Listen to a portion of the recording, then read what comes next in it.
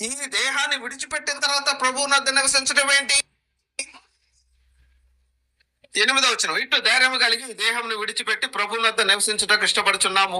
కావున దేహమందున్నను దేహము విడిచినను ఆయనకు ఇష్టలై ఉండాలంట. దేహాన్ని విడిచినా గానీ ఆయనకు ఇష్టలై ఎలా ఉంటారండి? బైబిల్ గ్రంథం అర్థం కావాలండి. ఆయనకు దేహంలో ఉన్నను దేహమును విడిచిపెట్టినను ఆయనకు ఇష్టలుగా ఉండవలనని మిగులు అపేక్షించుచున్నాను. ఎందుకు అంటే ఆన్సర్ ఇక్కడ ఉందండి. తాను జరిగించిన క్రియల చొప్పున, అవి మంచి క్రియలైనా సరే చెడ్డ క్రియలైనా సరే, దేహముతో జరిగించిన వాటి ఫలము ప్రతి వాడు పొందినట్లు మనము అందరము, ఏమంటే కొందరమా, అందరమా కొందరమా, మనమందరము క్రీస్తు న్యాయపీఠము ఎదుట ప్రత్యక్షము కావాలండి.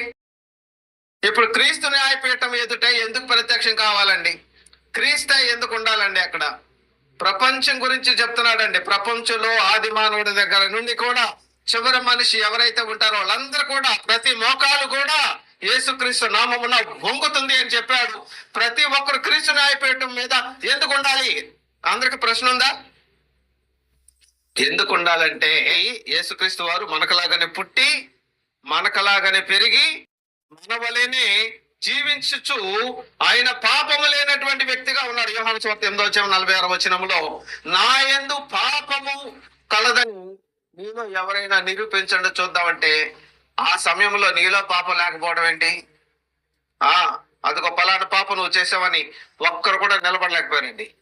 ఏమండి? కాబట్టి మనం అందరము యేసుక్రీస్తు దగ్గర ఎందుకు నిలబడాలంటే, ఆయన ఒక మనిషి ఏ విధంగా పరలోకానికి ఏం చేస్తే, ఎలా నడిస్తే, ఎలా జీవిస్తే, ఏ ఏ పనులు చేసుకుంటూ వెళితే ఆయన పరలోకానికి దేవుని దగ్గరకు వెళ్తాడు, చేసుకుంటూ వెళ్ళిపోయాడండి.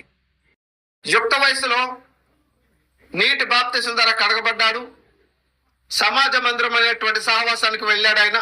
ఆ తర్వాత ఆయన అనేకులకు ఆ మార్గం గురించి చెప్పుకుంటూ తను చాలించాడు. నీవు కూడా అదే చెయ్యాలి. సత్క్రియలు అంటే అవే చెయ్యాలి.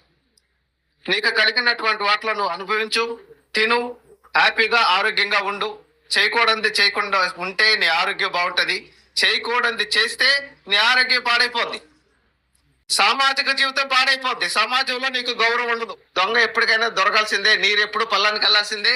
నిజం ఎప్పుడు దేవుని దగ్గరికి వెళ్ళాల్సిందే. తప్పు చేసిన వాడు ఎప్పుడైనా దొరకాల్సిందే. ఖచ్చితంగా దొరికిపోతాడు.